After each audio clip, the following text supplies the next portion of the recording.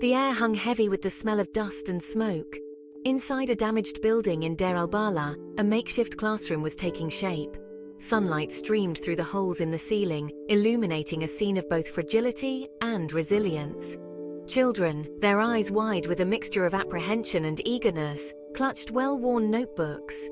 Their teacher, her face etched with worry, tried to create a semblance of normalcy amidst the ruins.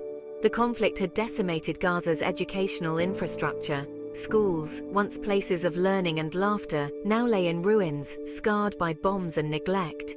Libraries, repositories of knowledge and dreams, had been reduced to rubble.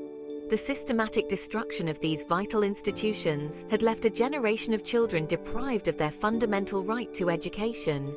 According to UNESCO, over 70% of schools in Gaza were damaged or destroyed in the recent conflict. Thousands of children were left without classrooms, their education abruptly halted. Without access to quality education, children were deprived of the opportunity to reach their full potential. The cycle of violence and deprivation continued, fueled by the lack of access to education.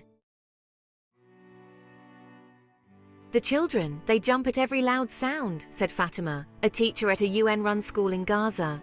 "They have nightmares, they wet their beds. They are not the same children who came to school before the bombing." Her words painted a heart-wrenching picture of the invisible wounds inflicted by the conflict. Many lived in a perpetual state of fear, haunted by the memories of violence and loss. The constant shelling, the sight of destroyed buildings, and the fear of losing loved ones had left an indelible mark on their young psyches. "I used to love coming to school," said 10-year-old Ahmed, his voice barely above a whisper. "But now I am always afraid. I am afraid of the bombs. I'm afraid of the soldiers. I just want to be safe."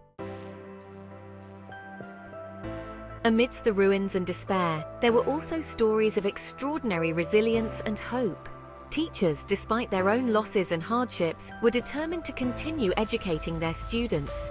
They transformed damaged buildings into makeshift classrooms, using whatever materials they could salvage.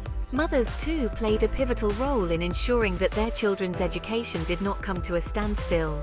In homes that had been partially destroyed or lacked electricity, they took it upon themselves to teach their children. In overcrowded classrooms with limited resources, teachers employed innovative methods to engage their students. They used storytelling, songs, and drama to make learning more interactive and to help children process their experiences.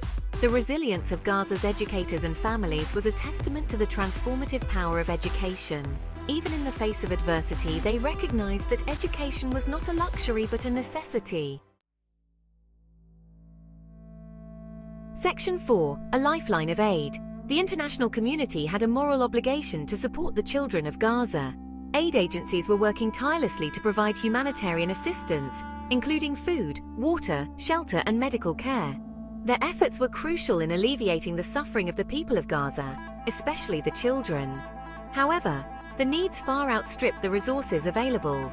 The ongoing blockade and the destruction of infrastructure made it extremely challenging to deliver aid effectively. There was an urgent need for increased funding and for greater international pressure to lift the blockade and allow for the free flow of humanitarian aid. Rebuilding schools, providing educational materials, and supporting teachers were essential steps towards restoring a sense of normalcy and hope for Gaza's children. Investing in education was not just a humanitarian imperative, it was a strategic investment in the future of Gaza and the region.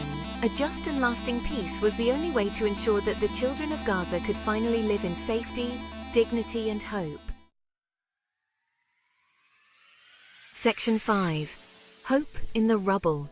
Despite the hardships they had endured, the children of Gaza had not given up on their dreams. They dreamed of becoming doctors, engineers, teachers, artists, and entrepreneurs. They yearned for a future where they could live in peace, pursue their passions, and contribute to their community. "I want to be a doctor when I grow up. I want to help people who are sick and injured. I want to make a difference in the world." Yasmin's words, filled with compassion and a desire to heal, were a testament to the indomitable spirit of Gaza's children. Their dreams were a beacon of hope, a reminder that even in the darkest of times, the human spirit could not be extinguished.